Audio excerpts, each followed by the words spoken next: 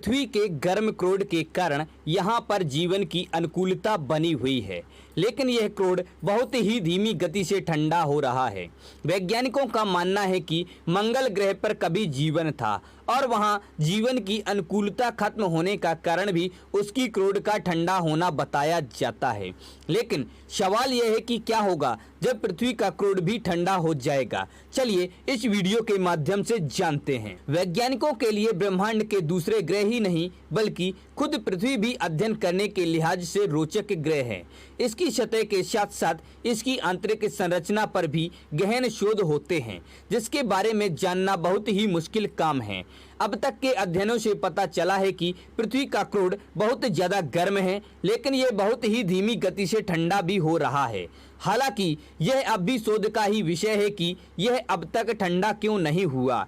इसके ठंडा हो जाने का क्या असर होगा, यह भी एक बहुत रोचक प्रश्न है। पृथ्वी का क्रोड सुर्खियों में तब आया जब वैज्ञानिक यह जानने का प्रयास कर रहे थे कि मंगल ग्रह पर जीवन क्यों नहीं है। इस अध्ययन में उन्होंने पाया कि मंगल ग्रह का खुद का मैग्नेटिक फील्ड नहीं है, जो तभी हो सकती है जब उसका क्रोड सक्रिय हो, गर्म हो। मंगल का क्रोड ठंडा हो चुका है और इस वजह से वहां वायुमंडल भी नहीं है और इसी कारण मैग्नेटिक फील्ड भी नहीं है, जो खगोलीय विकिरण और सौर विकिरण से रक्षा कर पाती है। मंगल और पृथ्वी ग्रह की कोड की ठंडक में अंतर क्यों है?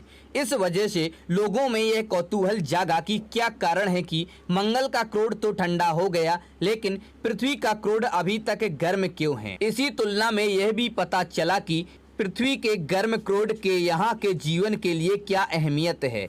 सच यह है कि पृथ्वी का क्रोड ठंडा तो हो रहा है, लेकिन उसकी गति काफ़ी धीमी है। लेकिन एक ना एक दिन यह ठंडा जरूर हो जाएगा और जब शायद ऐसा होगा तो पृथ्वी के हालात भी मंगल की तरह हो जाएंगे। वैज्ञानिकों का स्पष्ट मानना है कि जब पृथ्वी का क्रोड ठंडा हो जाएगा तब उसका इस ग्रह पर गहरा असर होगा। पहले पृथ्वी की मैग्नेटिक फील्ड खत्म हो जाएगी, जो वायुमंडल को कायम रखने में सबसे बड़ा कारक है। यानी इससे वायुमंडल भी धीरे धीरे उड़कर खत्म होने लगेगा। इतना ही नहीं, धरती पर होने वाले ज्वालामुखी और भूकंप भी खत्म हो जाएंगे। साफ है, ऐसे हालात में जीवन का कायम रहना बहुत ही मुश्किल हो जाएगा। लेकिन यह समस्या कई अरबों सालों तक नहीं आएगी। फिलहाल पृथ्वी का क्रोड पूरी तरह से पिघला हुआ नहीं है। जहां आंतरिक क्रोड ठोस लोहे का बना हुआ है, वहीं बाहरी क्रोड हजारों किलोमीटर मोटी पिघले हुए लोहे की परत से बना हुआ है। धीरे धीरे क्रोड हो रहा है ठंडा। वैज्ञानिकों को यह बात भूकंपनीय तरंगों के जरिए पता चली, जो भूकंप के आने पर निकलती हैं। उन्होंने भूकंप के केंद्र के दूसरी तरफ के अवलोकनों से पाया कि अगर आंतरिक क्रोड भी पिघला हुआ होता तो उन्होंने ये तरंगें उस तरह की हासिल नहीं होती जैसी मिलती हैं। जब पृथ्वी का निर्माण 4.5 अरब साल पहले हुआ था, उस समय पूरा का पूरा क्रोड वाकई पिघला हुआ ही था। तब से पृथ्वी धीरे धीरे ठंडा हो रहा है। यह बात भी कम हैरान करने वाली नहीं है कि क्रोड के ठंडा होने की प्रक्रिया बहुत ही धीमी है। और एक खास बात यह है कि पृथ्वी का क्रोड ठंडा होने के साथ साथ आकार में भी बड़ा हो रहा है।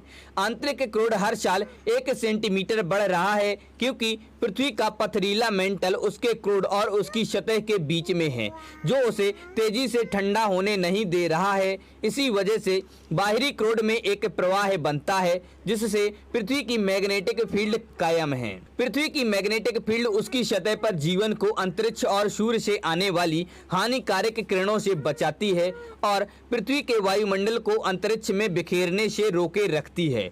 इतना ही नहीं, इसकी वजह से कई जानवरों को अपना रास्ता खोजने में भी मदद मिलती है। क्रोड से निकलने वाली गर्मी पृथ्वी की परपटी पर टेक्टोनिकल प्लेट को भी गतिमान करती है और उसकी वजह से होने वाले घर्षण के कारण भूकंप और ज्वालामुखी भी आते हैं। क्रोड के ठंडे होने से ऐसा सब कुछ होना बंद हो जाएगा। मैग्नेटिक फील्ड बंद होने से दिशा सूचक यंत्र काम करना बंद कर देंगे, पक्षी विस्थापन नहीं कर पाएंगे, इंसान सहित अन्य जीवों का जीवन मुश्किल हो जाएगा। ध्रुवों पर दिखाई देने वाले खूबसूरत प्रकाश की घटनाएं, जिन्हें आरोर कहते हैं, दिखने बंद हो जाएंगे। लेकिन फिलहाल पृथ्वी पर अभी मेंटल इस क्रूड को ठंडा होने से रोक रहा है। तो दोस्तों, आप लोगों को ये वीडियो कैसा लगा? पसंद आया तो इसे लाइक करें और अपने दोस्तों के साथ शेयर करें। हमारे चैनल पर पहली बार आए हैं तो हमारे चैनल फैक्ट्स क्रिएटर जी को सब्सक्राइब करें और बेल आइकन भी दबा दें।